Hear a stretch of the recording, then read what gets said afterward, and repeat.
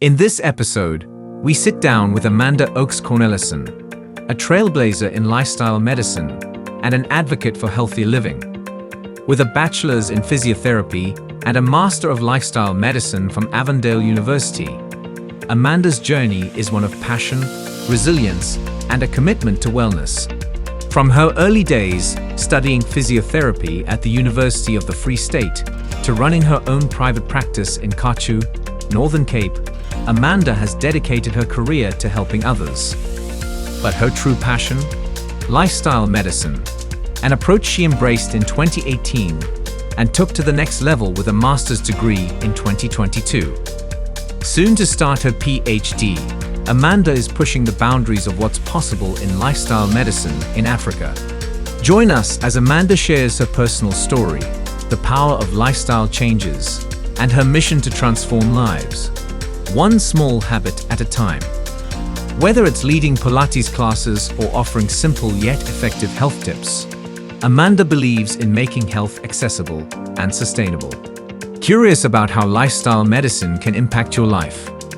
Tune in and be inspired by Amanda Oakes Cornelissen's journey on the 10 Times Healthier with Dr. Mura Health podcast. Amanda, I'm so pleased to finally meet and we can talk about, our favorite subject, the lifestyle medicine and the work you have been actually doing. But as we start, your areas might have been really fascinating. Could you share with us if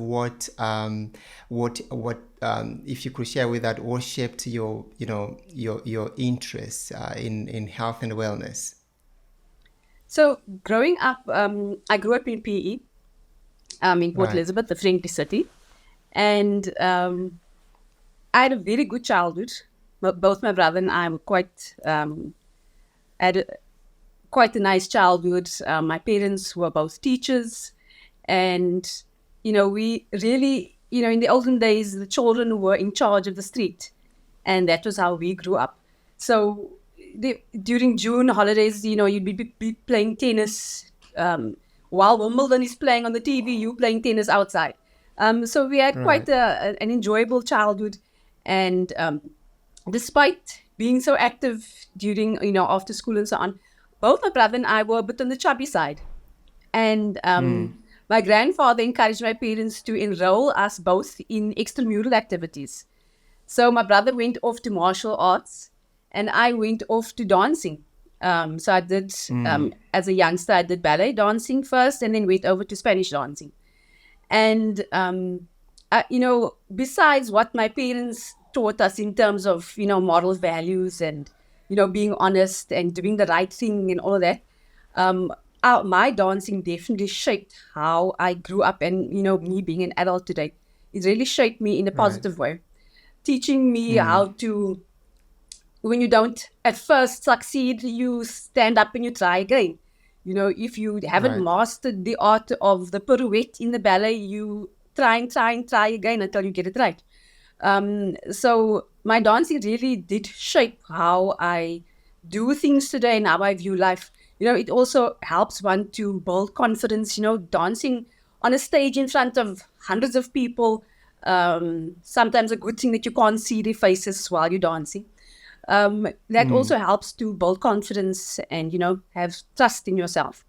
So, dancing did for sure shaped how I do things and how I think and how I act and so forth. But despite being active in dancing and so forth, I still remain chubby for some other reason.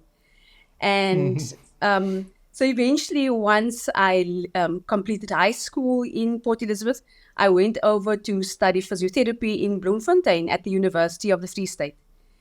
And unfortunately, for me, I always wanted to live in a hostel and experience hostel life. And that was, I enjoyed doing that and being part of that. But in our first year, we were warned, the first few days that we were there, that there's something called first year syndrome. And first year syndrome is where hostelites especially gain 10 kilograms in their first year of study. And I told myself, this is not going to happen to you. And eventually it did happen to me, because you're away from home, there's so many stresses. It's a new environment. It's new experiences. You're meeting new people. And obviously your diet and your lifestyle is totally different to what you used to at home. Because especially during the stressful exam periods, you up late at night, having a coffee and a tea break with rusks and all of these unhealthy snacks at 11 o'clock and 12 o'clock at night. So obviously you'd be picking up weight, right? Yeah. And that's unfortunately the path that I followed. I promised myself that I wouldn't succumb to first year syndrome, but I did. And so I picked up about 10 Ks plus in that first year. Wow. Fortunately, in my second year, I decided, now, you now need to make a few changes here. I stopped the late night snacking. I started swimming. And for some other reason, it wasn't for health reasons. I just stopped eating red meat because the way it was being prepared in the hostel was just so fatty, and you'd actually become sick after eating it. So I stopped eating red meat, and fortunately, I lost within about 4 months. I lost those 10 kilos and some more. Wow. And in that time too, I met a very handsome gentleman who happens to be my husband now. And he shared a book with me entitled Counsels on Health, and authored by E.G. White. And for those who are interested in reading the book, it's available free online, Counsels on Health by E.G. White. And in this book, I was totally amazed by what the author was saying. The negative effects on the body of eating meat, what dairy does to the body, explaining how beneficial it is to simplify the diet and not, having too many types of dishes, too many different dishes at one sitting. I was totally astounded by what I was reading. And I was trying slowly but surely also to integrate these things into my life. And that was the turning point for me, like for most people, when you see the weight starts to come off, you are more motivated to make better changes and better improvements to your health and lifestyle. Yeah, so that's how I came to really learning and changing my diet and lifestyle for the better. Wow, that's great. Yes. And obviously the spin-off effects of losing the weight, my energy levels really went through the roof. I've always been known not to be able to sit still. I haven't mastered the art of sitting still.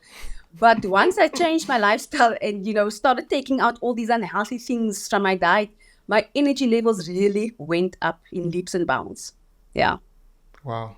No, thanks, Amanda, for that. That is a really incredible story. I mean, from your growing up, it seemed like you guys had a very active lifestyle with those extramural activities that you were doing, and also your pivotal moment when you went to varsity and trying not to gain weight. And I think one of the key moments I would say is this book that your now husband introduced to you, the Counsel on Food and Foods, right? And so from then, basically, you of course, I believe you continued practicing that. Of course, your energy levels went up, but then coming to where we are today. So how did you transition from physiotherapist to now lifestyle medicine advocate is very, very inspiring.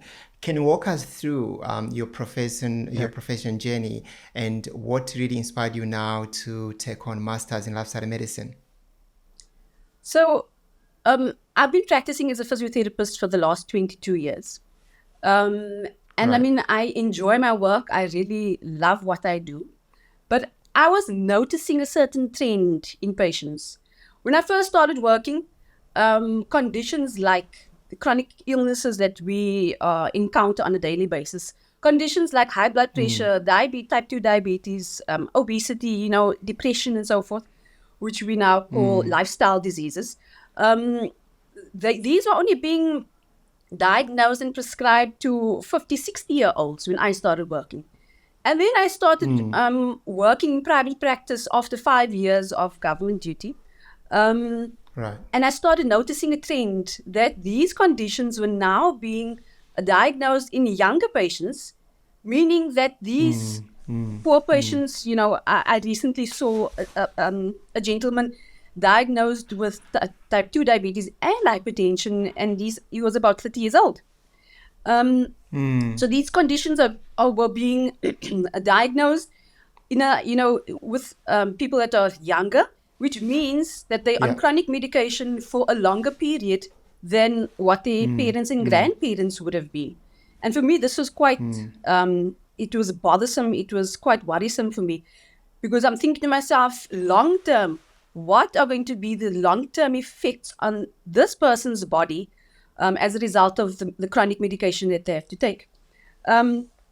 So when, I think it was in 2016, my husband and I enrolled in the CHIP program to become facilitators for the CHIP program.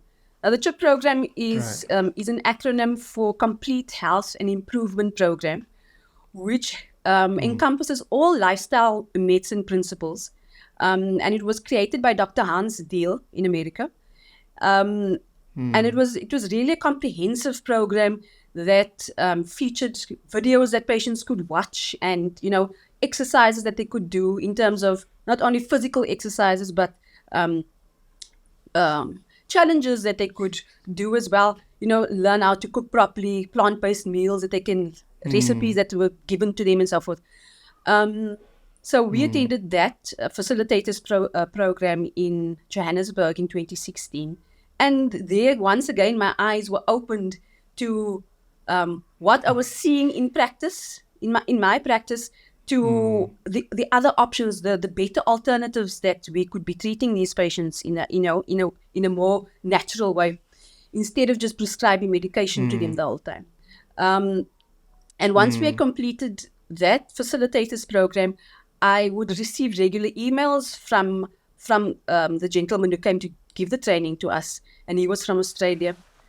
And on one of these emails, right at the bottom of the email, I saw that they are offering, or let me say, Avondale University was offering a postgraduate diploma in lifestyle medicine. And this would then be presented online and, long distance learning, and it would be part-time. And I thought to myself, wow, this is actually what I need to do now to, improve on my knowledge skills in terms of lifestyle medicine, so that I can help my patients, obviously. And I was fortunate enough that my husband supported me in this, and I was able to enroll at the beginning of 2017 in the postgraduate diploma for lifestyle medicine. Little did I know that these 2 years would be a roller coaster of being a full-time mom, being a full-time wife, and working and being a student all at the same time. It was not easy in the least.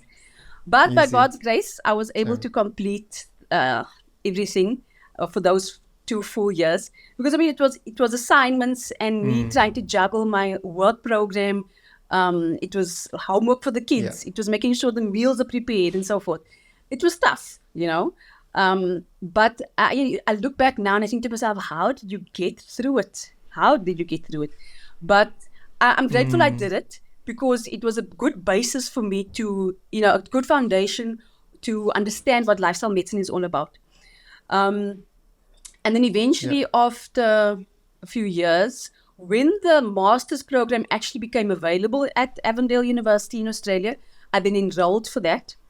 And that was another good challenge for me, to be able to use the LIFT project, which we'll talk about later, I'm sure, and then also have go through the master's program, and then have our work published in Frontiers of Psychology.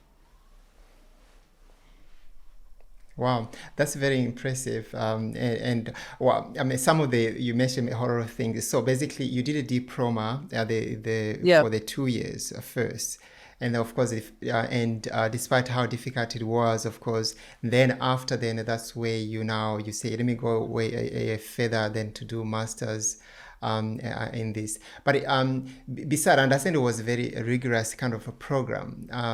But what made you really hold on and keep on doing that? And is it because of your patients that you see on a regular basis, you think how you can change their lives, or what kept your motivation going? Well, for me, it was. I always say that physiotherapy is my profession, and I enjoy it.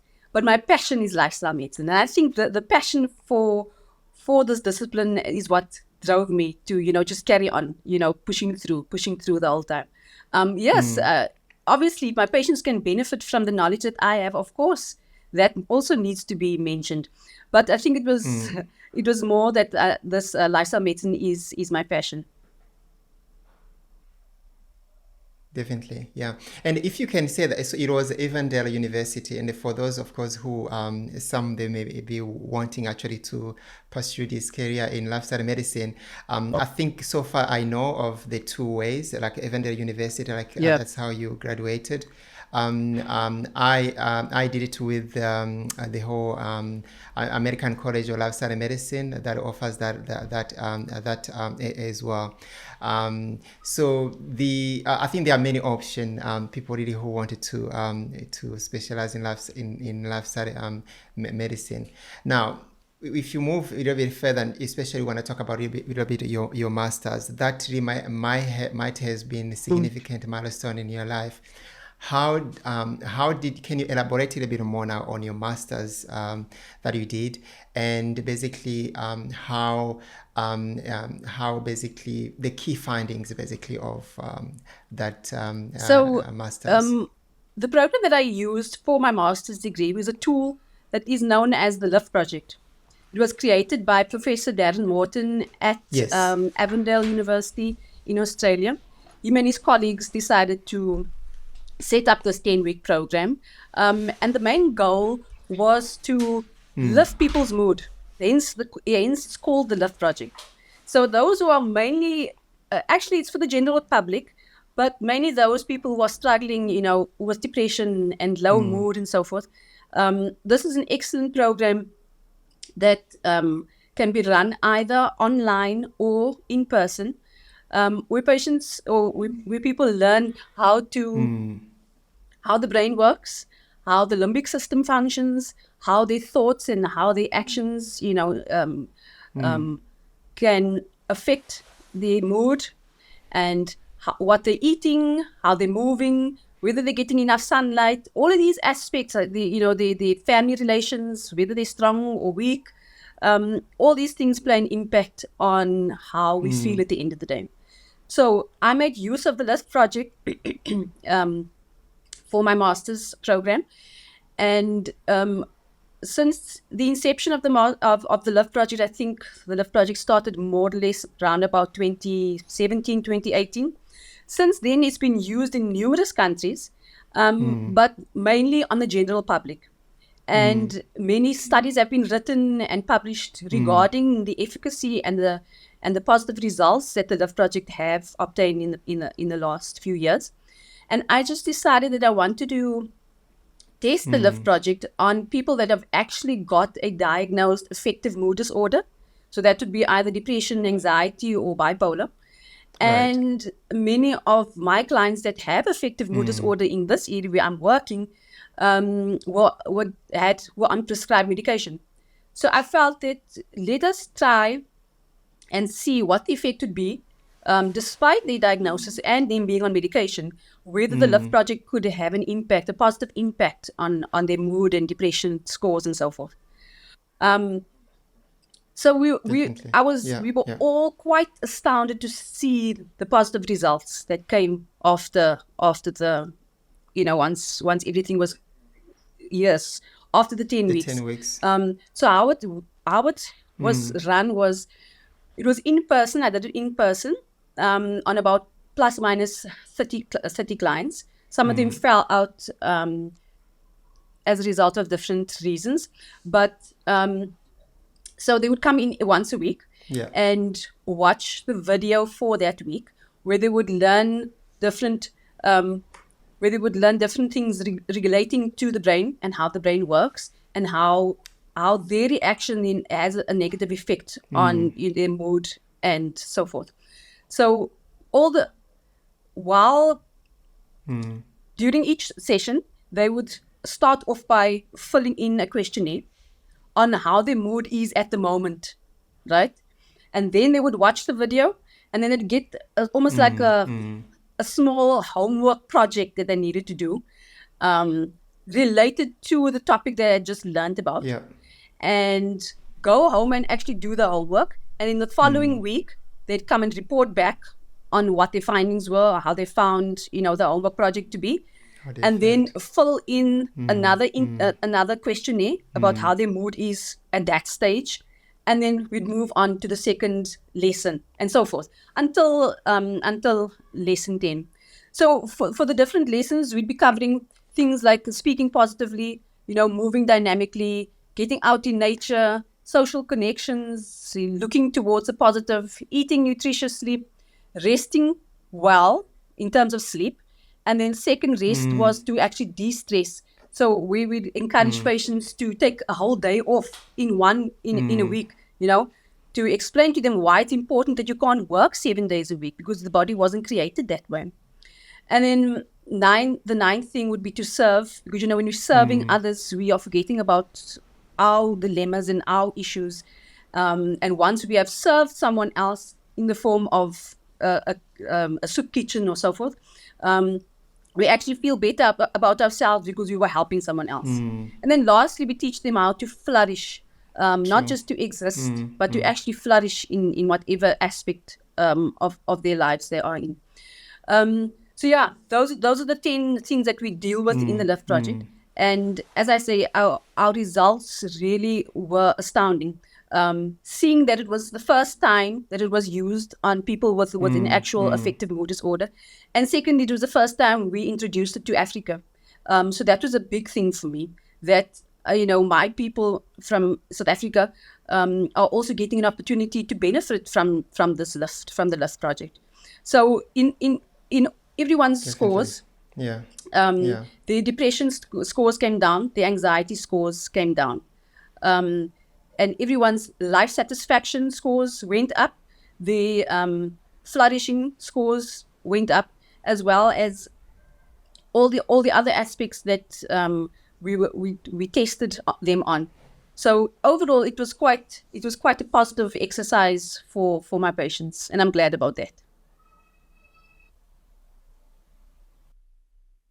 Yeah, no, that's interesting, and also I read your paper, which is very well written, and also I was fascinated how it was simple things, but towards the end, when you put all the results together, the people have improved. One of the things that I liked from there, it was I forgot the acronym that he used, where people, of course, they learn, they experience. Then, like you said, they actually practice it, and then it's more. It was more. It's they practice it, and then they feel it, which I think also helps in the compliance later on. I think it was very exciting. But in South Africa context, so how did you? I understand what you're doing, but how did you find it? Of course, maybe when you compare how other countries have done it, integrating the lifestyle medicine into for mental health outcome in South Africa, especially in South Africa, we have so many other difficulties, social and financial constraints that may make it somewhat not easy. Was it easy for them to apply, such as we talk about it, the working long hours, even so many days? Some people cannot probably afford not to work every single day of the week. And also, of course, these short videos, we demonstrate how the thing they can do, they change their diet, the lifestyle they can change. How did you find them, integrating all this learning in their busy and, resource So the nice thing for me about lifestyle medicine, space? and because the Lift Project and lifestyle medicine are so closely integrated, Lifestyle medicine we don't need a lot of apparatus. We don't need any diagnostic tools, any expensive apparatus and so forth is not needed with lifestyle medicine. And the Yeah. same with the Lift Project. These are things that you can change on your own, obviously with the help of the facilitator.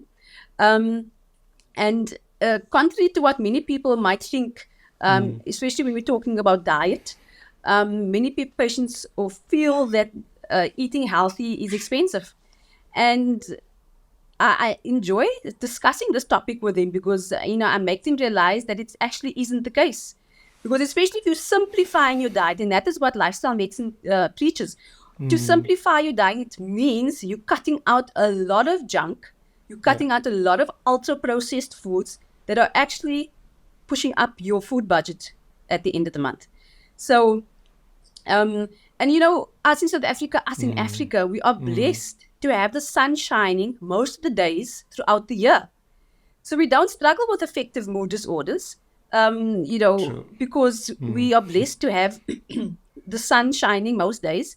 And I sometimes struggle to understand why so many people have vitamin D deficiency, because, the sun is out there, but yet we find ourselves indoors most days.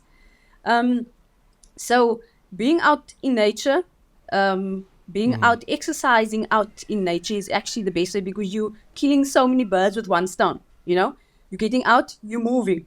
You have the sun shining on your skin.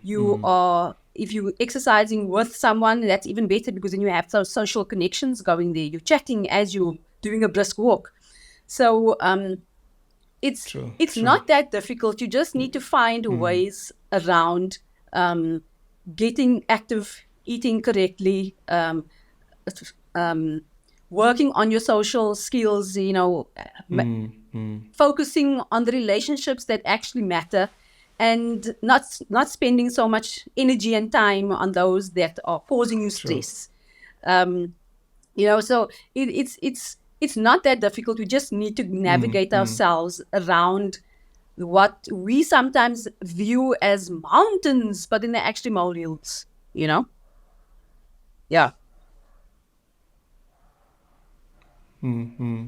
Yeah, definitely. And so your project, of course, was for 10 days. And have you managed to, is there any plan of following up those people to see how they are doing now? No. Or do So you see you some mean of those the project was patients probably in your actually practice? the project was run for 10 weeks, not 10 days. Yeah. Yes. So Yes. that Sorry, was actually one I of the meant 10 weeks, yes. downfalls that I discussed with my professor, that we should have actually followed them up after the 10 weeks were over, which we didn't do.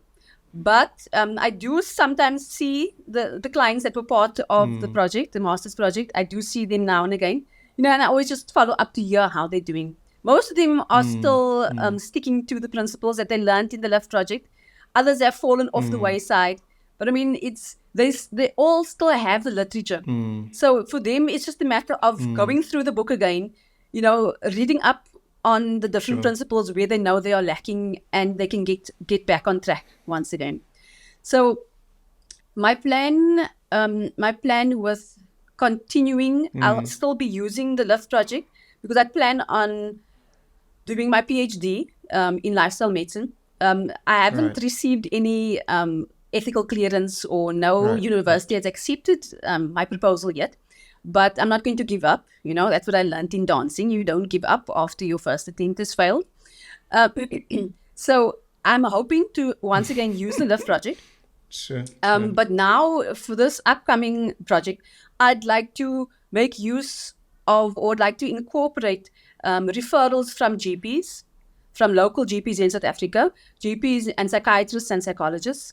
I'm presuming that we might just have to give them some training on what the Lift project entails, so that they can also be informed, so that they can then refer prospective patients to the project.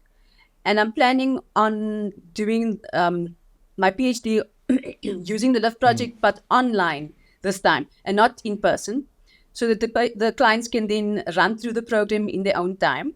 It will also remain exactly the same, a 10-week program that they'll have to complete in the 10 weeks. But this time, I'm hoping to follow them up after 12 weeks, and then follow them up again after 6 months, and then lastly follow them up after a year, to see Right. whether it was sustainable for them, whether they've been able to implement it long term After a and year. not only just for those 10 weeks. Yeah.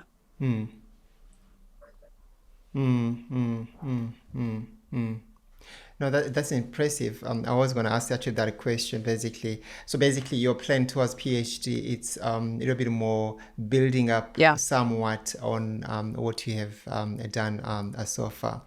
And talking about sustainability of the lifestyle change, there is the beauty part of it, of a lifestyle change, like we mentioned, is very simple. Most of the time doesn't really require much. And I like how you mentioned that often patients think that health living may be expensive. I always say it's yes or no. It might be a little bit expensive in a way that now, since you want it, you know what you want. You have a little bit. You choose. You don't eat whatever comes in your way. But having said that, when you check a nutritional value of health food versus the highly processed, junk food, it's way cheaper to eat healthily. And I think I like the Lift project that you use, people having some material to use, and also learning how they can a little bit adjust their health, their lives to still be healthier and better, and without necessarily spending it too much. Now, the next question that I want to ask though is looking at the so far, I mean, you did your diploma and then a master's. We're looking forward to PhD.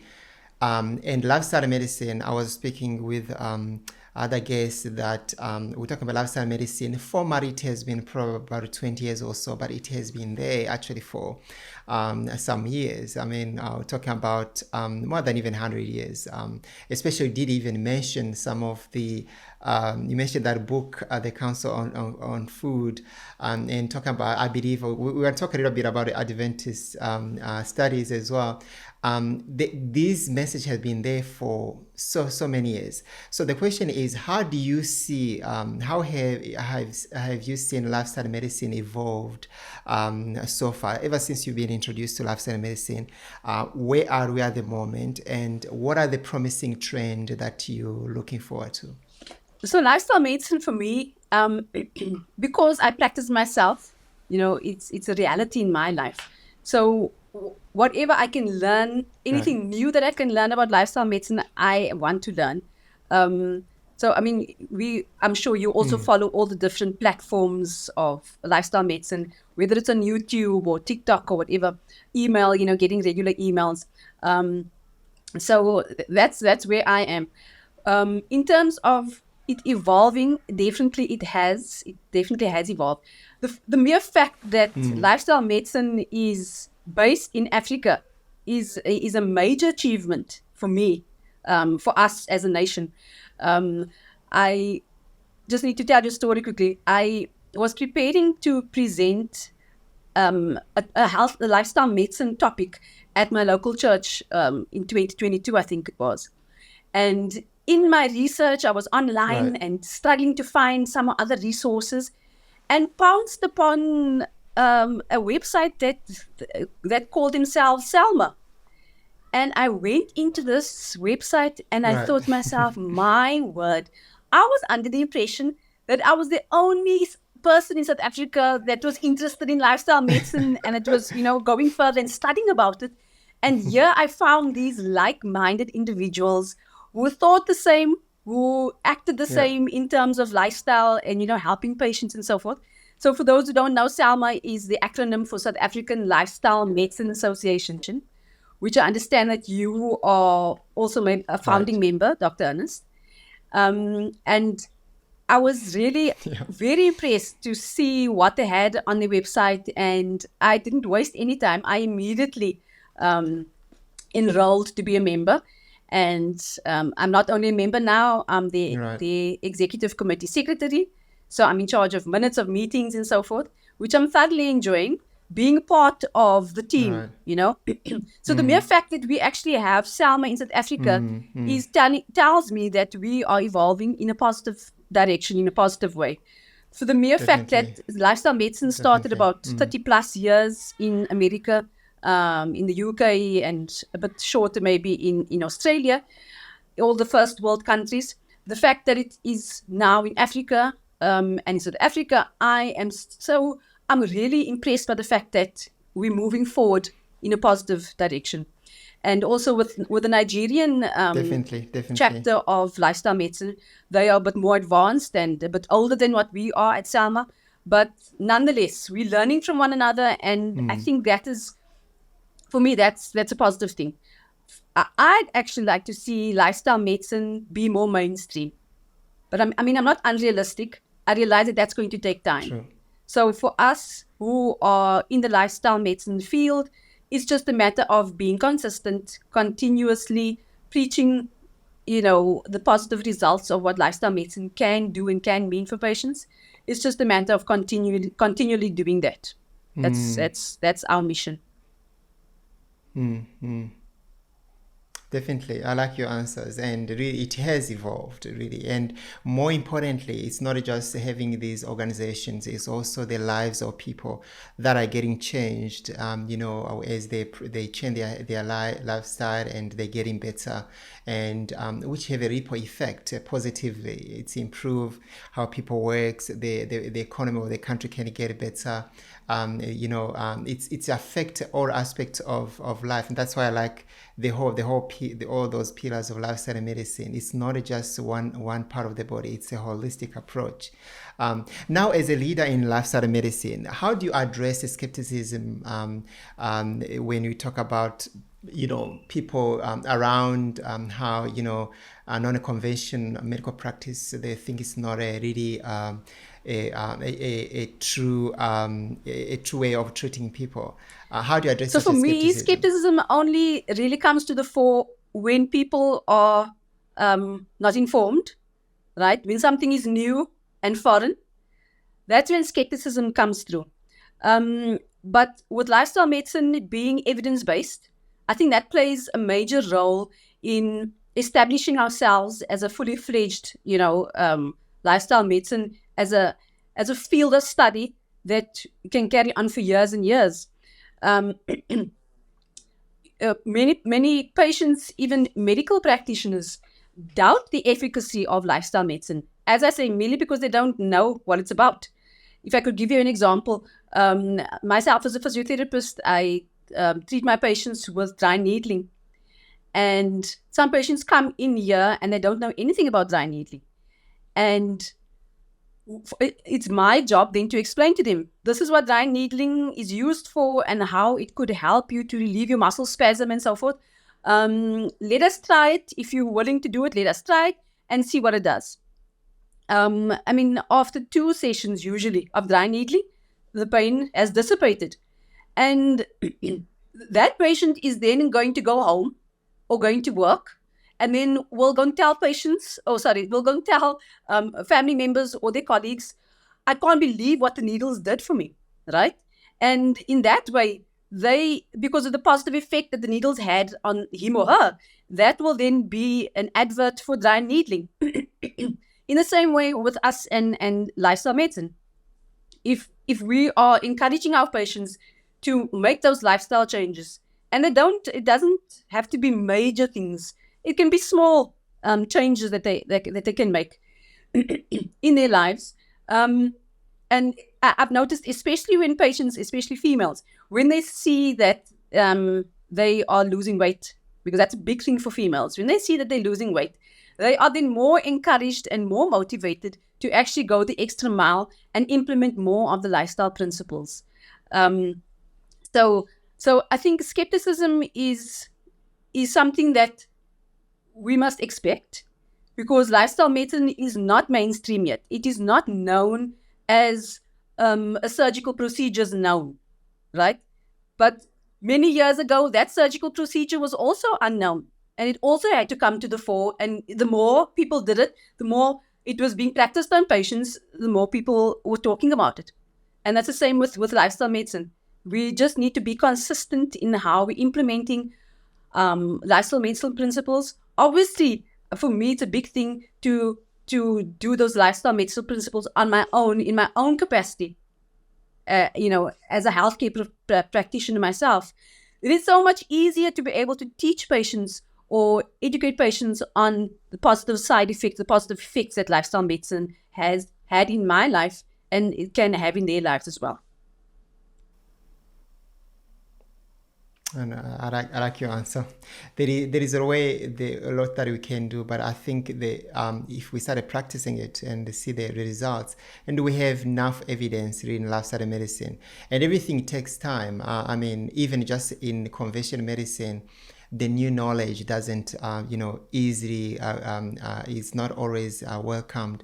But there is a field of medicine, I think it does have a place. And if we can educate our patient to start using this, and before we know it, the more, I believe all the medical communities, they wanted to help patients. So the more they see evidence, and the more they are likely to actually change.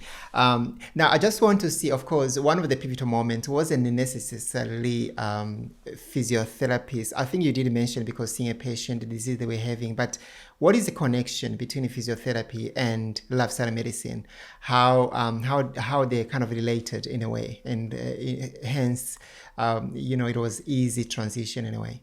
So for me, being a physio, I see a lot of lower back Right. conditions, lower back pain, referred pain into the Right. legs and so forth. And most of the time, it's as a result of my patients either having a belly or carrying a bit too much weight, around the middle. Yeah. So I am fortunate enough that I usually book for my back and neck patients, usually book like a full hour out for them, for me to do the proper assessment and then to have an effective treatment.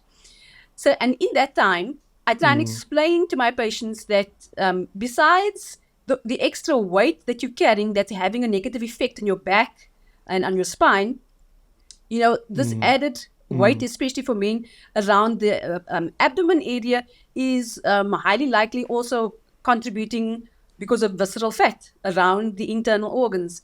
And as we know, visceral fat is can lead to things like type 2 diabetes, cardiovascular issues, and so forth. And that's usually where I start with them. So trying to encourage them to change their diet, because obviously they'll have less fat around the middle. And then the spin-off effect of that is to have less pain at the back. So obviously while I'm treating them, they're lying face down. It's quite a vulnerable position for anybody to be, face down. And having someone manipulate your back and massage and putting all these different modalities and machines and drying needles and so forth on you, I've noticed that patients start opening up. They're in a vulnerable position, so they think to themselves, I might as well just let everything go.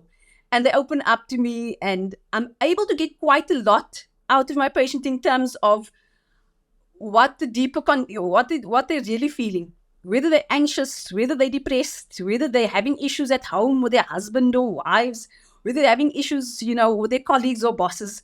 All of those types of things start to surface. And then I'm also privileged enough to be able to get a better idea of what's actually happening deep down. It's not only the surface level information that I'm getting, possibly at the initial evaluation. I'm now starting to go a bit deeper and learning to realize that this patient is not necessarily only has muscle and neck muscle and shoulder pain because of not sleeping correctly. It's possibly because of stress at work, stress at home, financial issues, and so forth. So that then gives me a better picture of where this patient is at the moment and where I would like them to be once I've done the 3 or 4 sessions that we've done in the neck or on the lower back. So each session, they are not only getting a physio treatment, but they're getting lifestyle medicine principles the whole time without them even knowing it. So I would usually suggest, okay, try and change your sleeping positions. try and change your eating habits. But we're not talking now. I'm not going to preach to them and tell them you need to go whole food plant-based by the first session. No, I try and hear from them, what are you eating? When are you eating? And how much are you eating? So it would be small things like to maybe integrate intermittent fasting into their daily lifestyles. Or it would be trying to make their portions smaller. Or it would be try not to eat after 6 at night so that you can get better sleep. Because your stomach needs about 5 hours to digest that last meal, and you should be sleeping on an empty stomach. So it's small things like that I'm able to integrate into each session. Apart from me doing the physio treatment, I'm also advising them on simple lifestyle changes that they can make so that they can, at the end of the day, their backs and necks will benefit as well as their full bodies. Yeah, definitely, and it's very interesting. And I'm sure having the platform as a physiotherapist, it's a really room where people you can introduce these lifestyle changes, simple things. I like how you mentioned, and that should be a key for everyone. There are a whole lot of things that patient can change, but it always has to start where they are.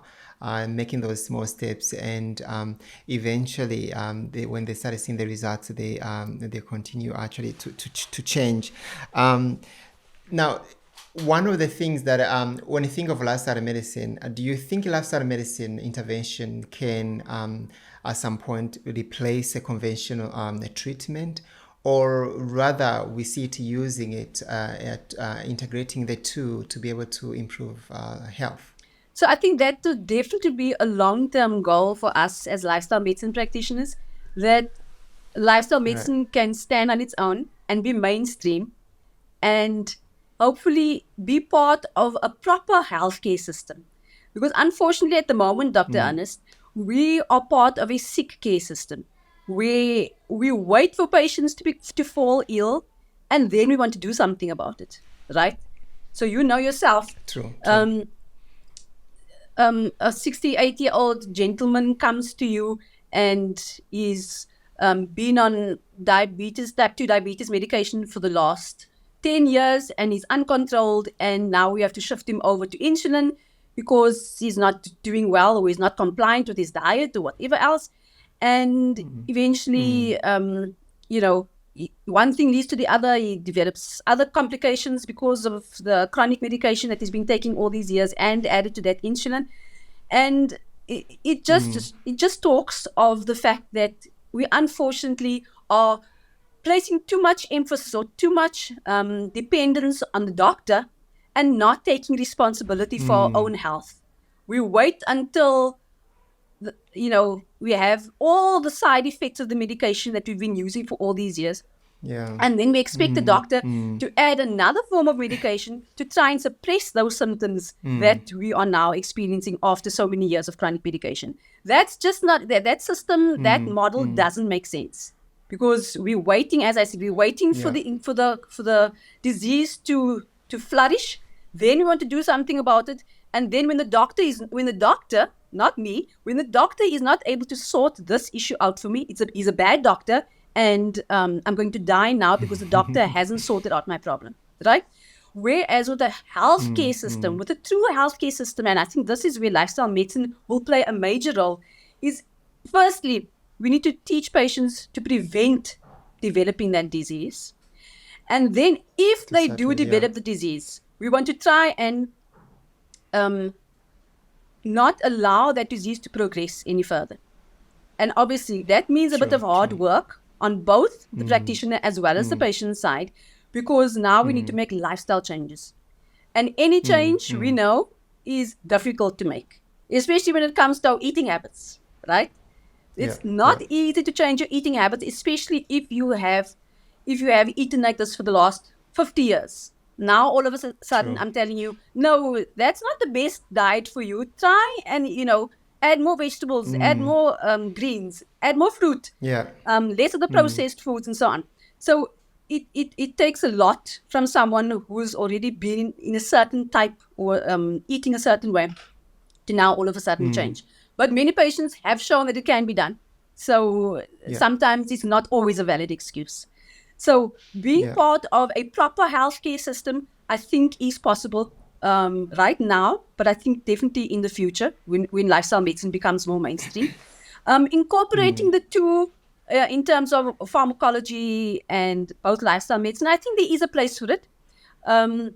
If you think of people that really struggle to make the changes, I think pharmacology in the form of whether it's a hypertensive medication or type 2 diabetes medication, I think is advisable, especially to keep their levels under control while you are still trying to make the lifestyle changes happen with True. patients. So I think the two can be integrated, but I really don't think that pharmacology, should should be the mainstream and it should be the main form of treatment in terms of illness, and especially when we're talking about chronic disease. I Yeah. don't think it Yeah. should Yeah. be the main focus altogether.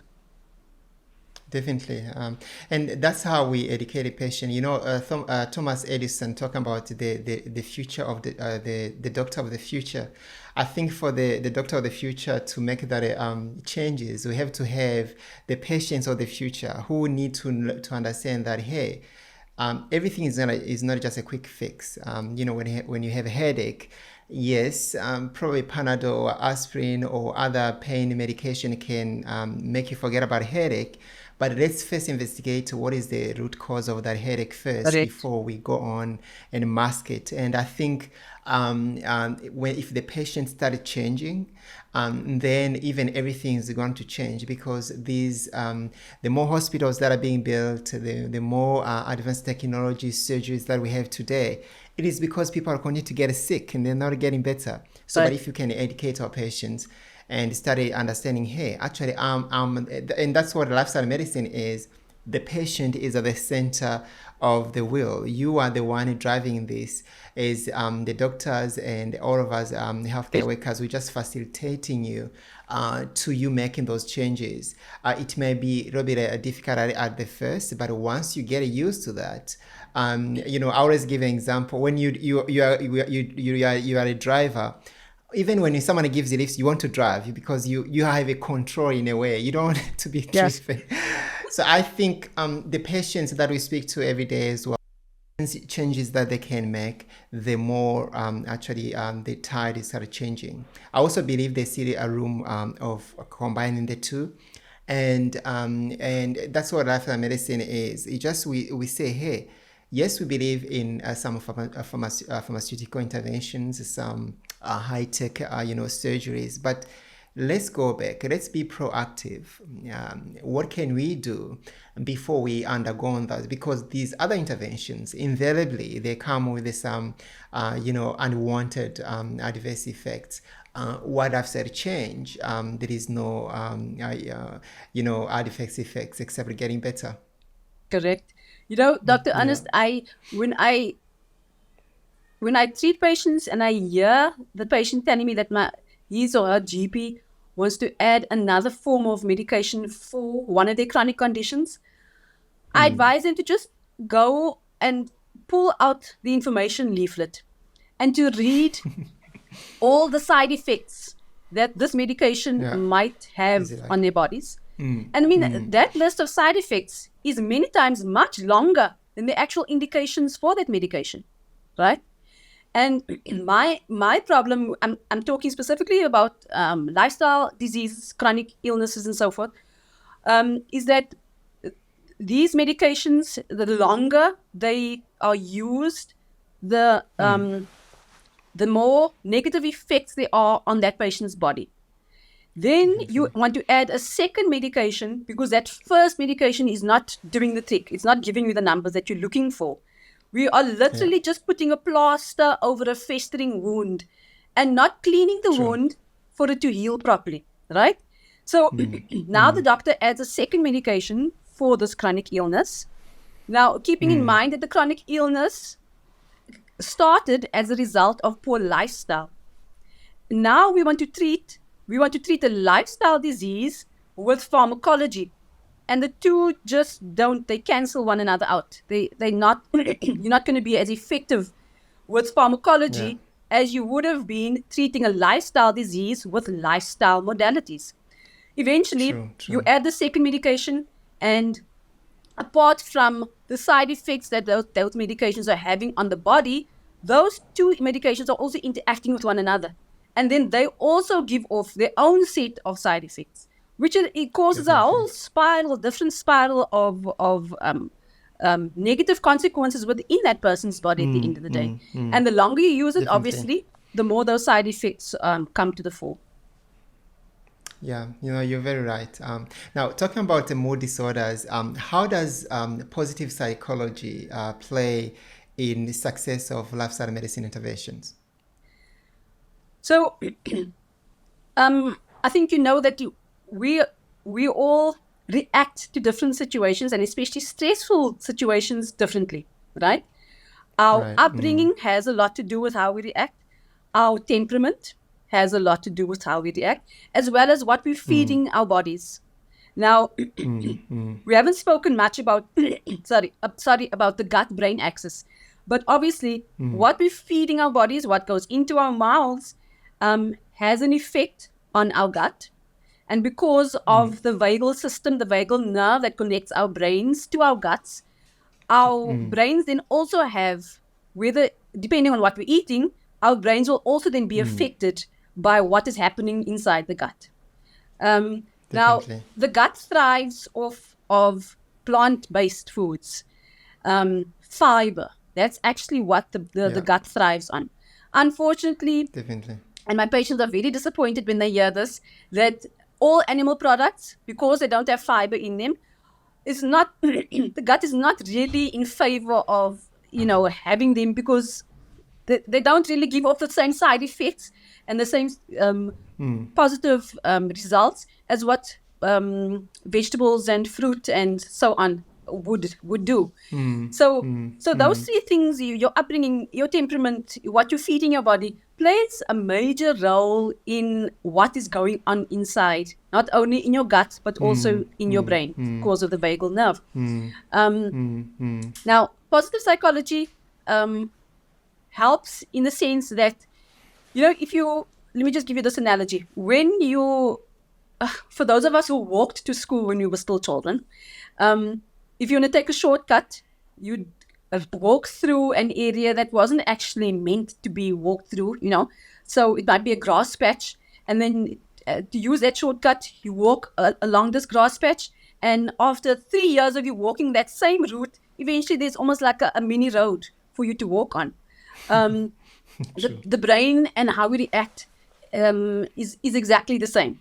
If our default response, to especially a stressful situation, is to start screaming and shouting, and to curse everyone around you, and you do that on a continuous basis, that is how your brain then becomes used to, that is your default mode of reacting to stressful situations, and that is how you're going to do it over and over.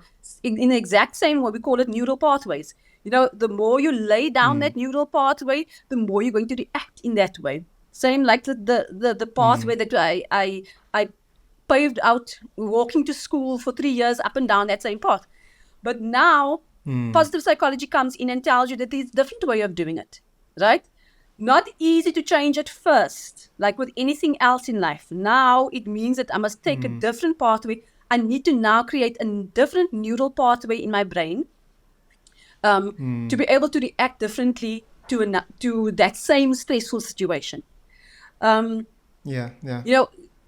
about one's past, learning about what your temperament is like, and then changing your diet to include more fruit and vegetables. And this is what the fiber that your gut thrives on is going to help to improve positive thoughts in your mind, and then also trying to bring in positive psychology, positive thinking, positive talking, all the different positive psychology precepts that we have to help you to not react in the same way, in the same negative way that you did in the past, but to help you to change those reactions to be more positive. No, definitely, and I think yeah, it goes both ways. Like you mentioned, the more we integrate the food that makes our body thrives, the more positively we're going to become, and also on the other hand, and the more positive we become, the more we can embrace the more lifestyle change. But also having said that, I think it's not that one should wait to have that positive psychology before implement these interventions. It's actually once you start doing that, you see the results, you start feeling better, and that's what I like about the lifestyle change. Now talking about the barriers, you did answer many questions by the way that I have. I like how you're answering these questions. Some questions are being answered. The barriers that the patients do have, just from your project that you did, but also the patient that you see on a regular basis.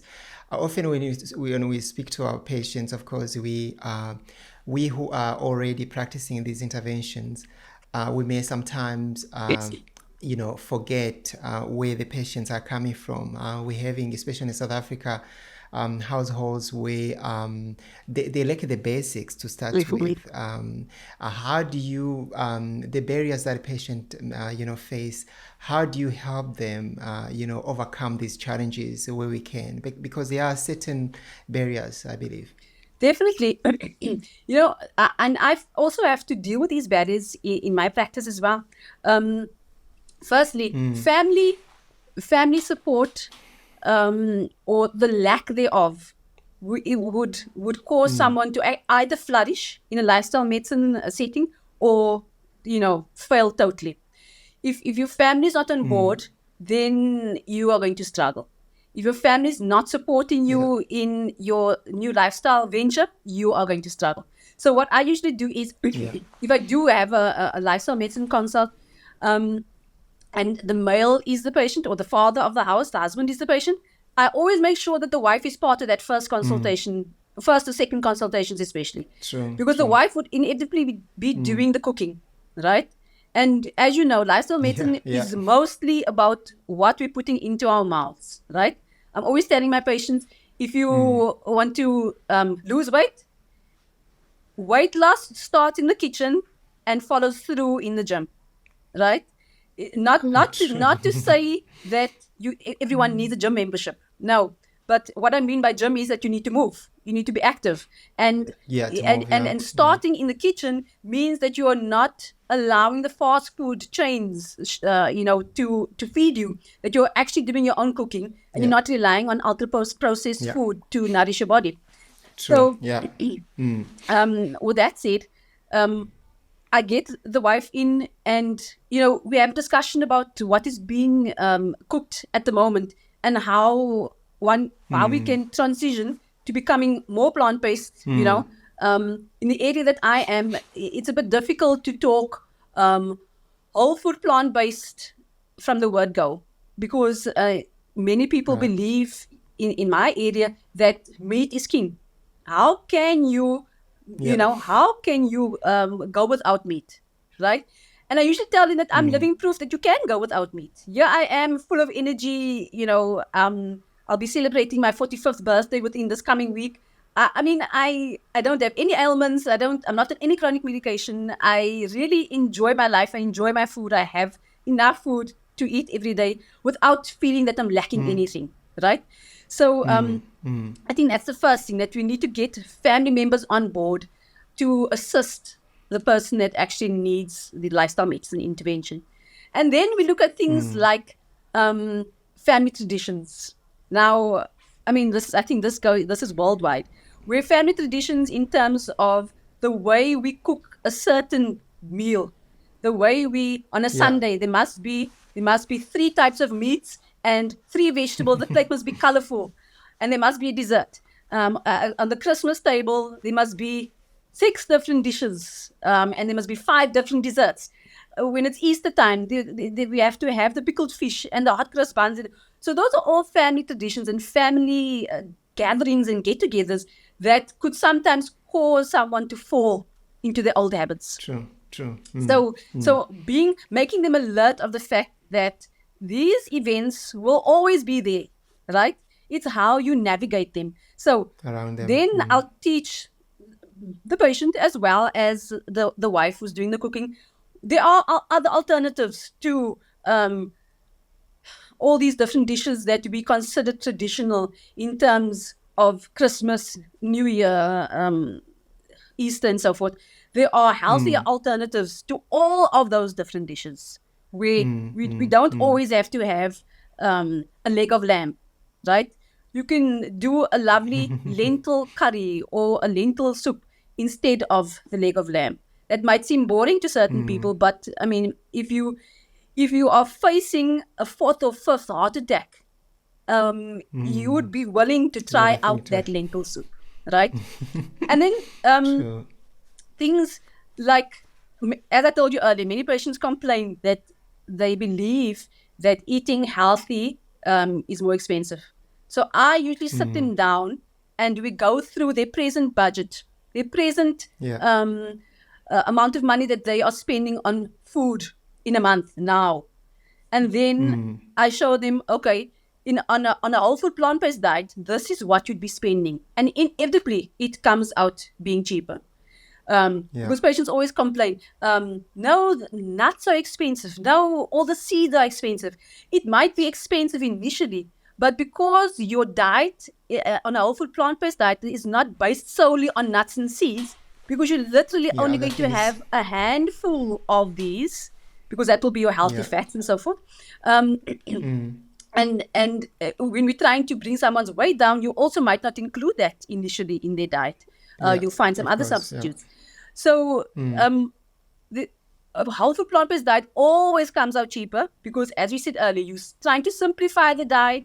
You are bringing in foods that are full of fiber, full of all the nutrients that your body needs to thrive, and to get rid of all the toxins that you have allowed to enter into your body for all these years. So yeah, a whole food plant-based diet, the budget does not necessarily have to be more expensive than what you are spending now. And then the last thing, misconceptions, and I find this many times in the African culture, is that patients tell me no, female patients tell me no, I cannot lose weight, despite the fact that they're sitting with type 2 diabetes and hypertension and cholesterol and they're obese. Despite all those concerns, I cannot lose weight because my husband is not going to love me anymore if I don't have enough weight on me. And then what do the people think? They'll think I've got some chronic illness, that I'm about to die if I lose weight. I'll be too thin, So those are also the types of misconceptions that one has to overcome, and trying to explain to these patients that no, you need to lose the weight because you're at this weight, your body is not functioning the way it should be functioning. And to be kind to yourself, you're going to need to lose the weight. And then also the husband needs to be educated on what is healthy and what is not, concerning being obese and having all these comorbidities at the same time. Definitely. I like your answer. Thank you so much for answering that way, because I think education is very key. There's still a lot of misconception. I mean, we know within the healthcare communities, a lot of misconception that are there despite the widely published evidence about these issues. Some people, they still believe, you need a protein, and the only source of protein, of course, has to come from the animal diet, or you need calcium, which can only happen from dairy and so on. But the more we educate patients, actually to show them, hey, there is actually other ways.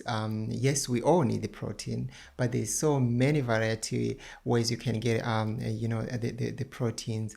And so education is actually key, because what I like about education, if people understand the importance of their health, yes, they may not be on the point of making certain change or the changes right away, but then they can start adjusting their lifestyle, how they spend their money, and then to be able to accommodate what is really important in their lives. I think that's very key.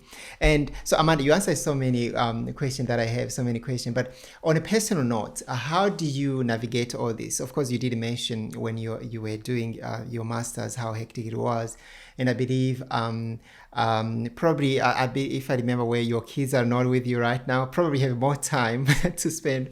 But I think there's still what it drives you and it keeps you balanced while you're doing all these things.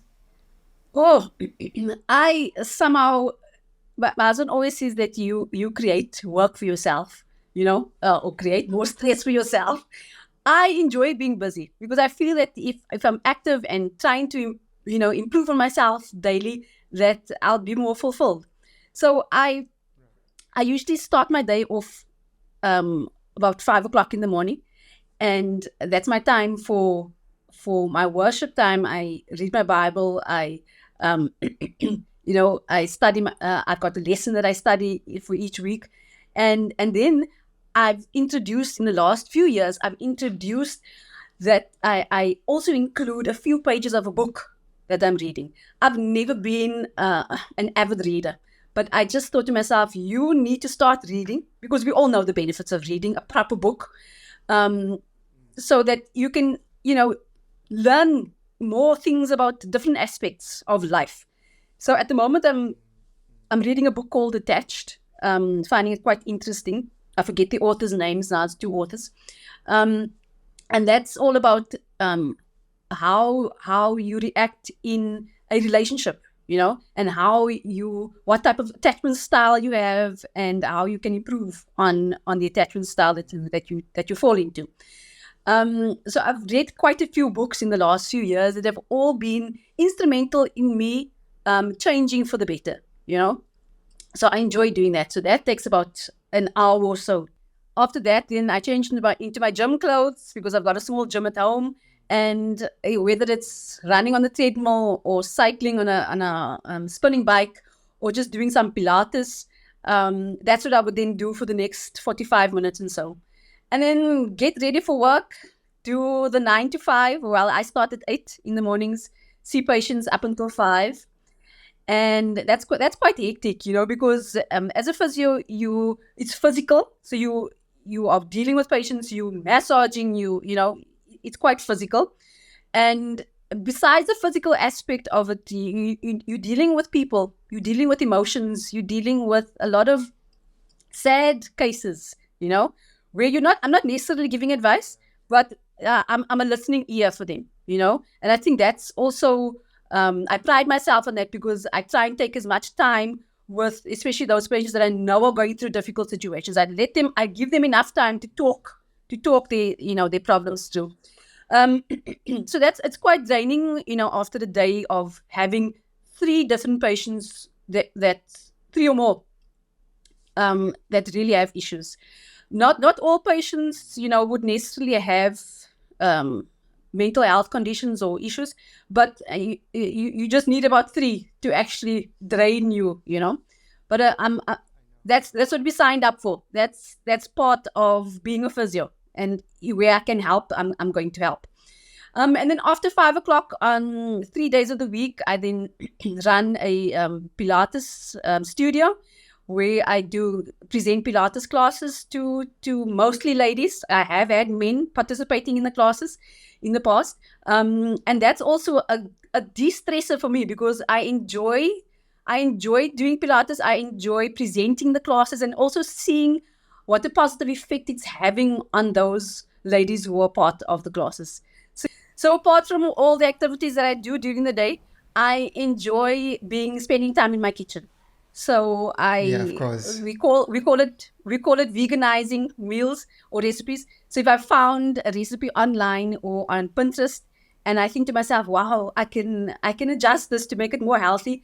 That's what I enjoy doing. So Right. my most recent veganizing project was to make my own soy yogurt. So I Right. use my Instant Pot, and I got a few recipes on Pinterest and tried to combine them because I just found that buying the soya yogurt in the shop it just became too expensive. And And now it's and it's full of preservatives, it's full of unnecessary added sugars and so forth. sugar. Mm, Correct. So I've now that's my latest veganizing trick is that I now make my own soya yogurt, and I enjoy doing that. Yeah, And then obviously when I get to Wow. see my girls of weekends where they are, then I'm in just relaxing and so. So I enjoy No, being that's busy, but I also do enjoy taking time out and resting time to and just, rest. yes. Oh, that's you did mention about the when you were preparing a presentation to your church. Of course, I know you are Seventh-day Adventist, and I Yes. heard to ask you this. Of course, one of the pillars of lifestyle medicine, of course, the social connectedness, and which somehow becomes the social connection, the connection we have with our Creator and also the fellow Mm. people around us. But how did you being a Christian, especially Seventh Adventist, put everything in perspective? So for me, I often think of, you referred earlier to the Adventist studies 1 and 2, Yeah, um, yeah. and the gentleman that was mostly in charge of those studies was Fraser. I forget his first name now. Fraser was his surname.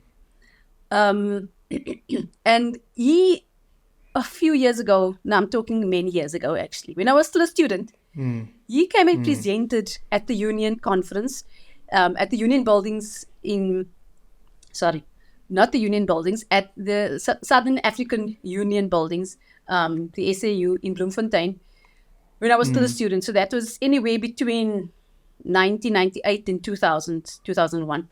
And Right. I was not an Adventist back then yet. But what I learned from what he was presenting was totally eye-opening to me. And now looking back, me being an Adventist now and realizing that I was actually hearing about the research that is being published now was actually Yeah, quite true. astounding for me. I mean, I don't remember all the details, but what he was presenting made so much sense to me. And then I didn't know what lifestyle medicine was, but now I realize that that was all about what lifestyle medicine is.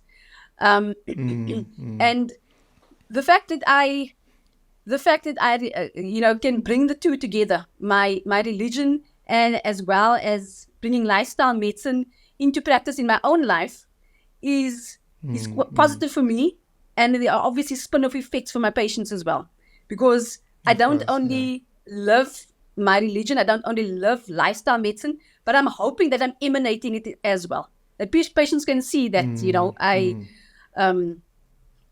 um, I have enough energy to do my work. Most of the Definitely, days, definitely. 90%, 95% of the time, I have a smile on my face. And one hopes that what you have instilled in yourself, yeah, will have positive effects not only for your patients but also for your family. For those who don't understand the lifestyle, who don't understand why I've made all these weird and wonderful changes in my life, that they will also see that actually these changes have had a positive effect on my life, and they can too for the next person. So I'm truly Definitely, yeah. blessed because um, the Adventist Church has um, many um, many resources at our disposal in terms of healthy living, in terms of food, in terms of being taking rest, a 1 day of Yeah, Sabbath yeah. rest. It encompasses all 6 lifestyle medicine pillars.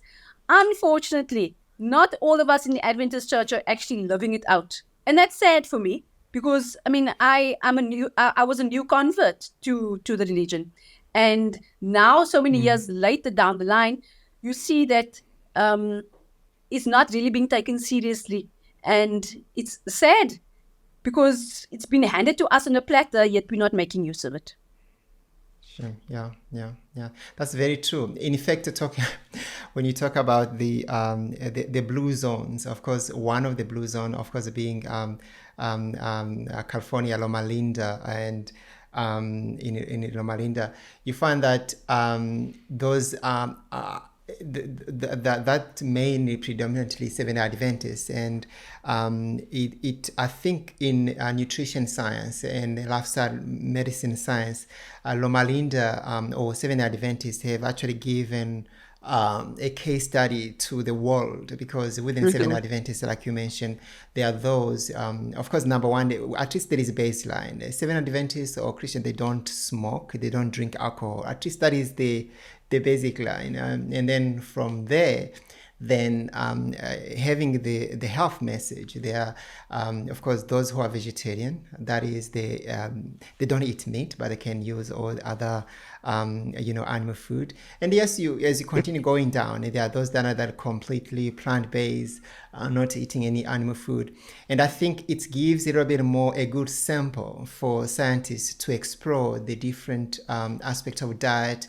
And I believe that's how a lot of actually evidence came about, talking about there is Adventist self-study 2 and 1, giving a little bit more in details, those that are vegan or completely no animal food versus simply vegetarian.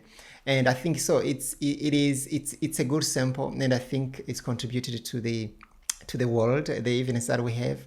Having said that, like you mentioned, it's very sad that you find some in the church having no interest whatsoever about this health message, which has been there for so many years, but yet we're seeing everything that they know or they should know are happening to pass. And we being surpassed, but Seventh Adventists are being surpassed by the people outside. In fact, there was a study that was done talking about Loma Linda in California. They see how healthier they were, and this is the reason why it's a good sample is Loma Linda, unlike other blue zone, you find people like in Italy and looking up at in Japan. These are the people that have somewhat the same genetics. They are the people that have been there in the same community, so they can be a little bit of confounding issues. But when it comes to Loma Linda, it's not only those are diverse people. There are people from Japan, from Europe, from China, or they came just adopting this faith and doing following the health message. We see the results, because this is not just people that are genetically related. They're just a diverse people showing the evidence of this change, lifestyle change, how they impact in their health. And I do wish that as we see more evidence, not that it's actually new, I believe many things have been there, but especially the people in this faith can actually wake up, because very sad to be undergoing all these lifestyle diseases while they have, the way they should actually live. Yeah. Correct. Yeah. Yeah. Yeah. So, and the other thing that I just want to add, at Loma Linda, being Seventh Day Adventists, we take one day off in the week where we don't involve ourselves in any secular activities. It's a day of rest from Friday sunset to Saturday sunset. It's a time where we reflect on the past week. We reflect on what the Lord has done for us thus far. And it's a time to spend with family, friends, going to church, just a total quiet time of reflection, and then also of doing good. You go and visit the sick, you help out at shelters and so forth. And I think that also, as a baseline, the fact that there's no smoking, there's no drinking, there's no drug use, hopefully, and resting for that day, I think is a good foundation to be able to do the other necessary research in terms of diet and lifestyle on such a cohort. So I think that's good. Yeah. Thank you so much, Ahmad. It was really lovely talking to you. And I think you enlightened me in many things, especially the work that you are doing. And also it's good to know that you are no longer alone. I'm also not alone, as we meet other health care professionals who are very passionate about this subject. And thank you so much for the work that you do and you continue to do. And hopefully I'm going to meet you in person soon. Yes. May God bless, and we'll see you soon. Thank you so much. I just want to, if I'm allowed, just to Yes, say of one course. last thing. So as being part of Selma, we're always in search of meeting new healthcare practitioners that think and feel the same way about lifestyle and helping our patients. So if there are any healthcare practitioners out there who feel that they would be able to, be part of Salma and add to Salma in terms of, whatever talents you might have, we are really looking forward to meeting you and for you to be part of the Salma team. Definitely. And I believe the Salma website, they're on all the social medias, Facebook as well. Yes. Yeah, and please just go and visit. And I think for students to mention it's very free. Even Yes. health professionals may very small amount, really, subscription fee, and you get to enjoy the community of like-minded people. And I believe you can also be able to enjoy the pre-recorded previous episodes or webinars that have been done. Yeah, so yeah, let's all join Salma and let's change our community we're living in one step at a time.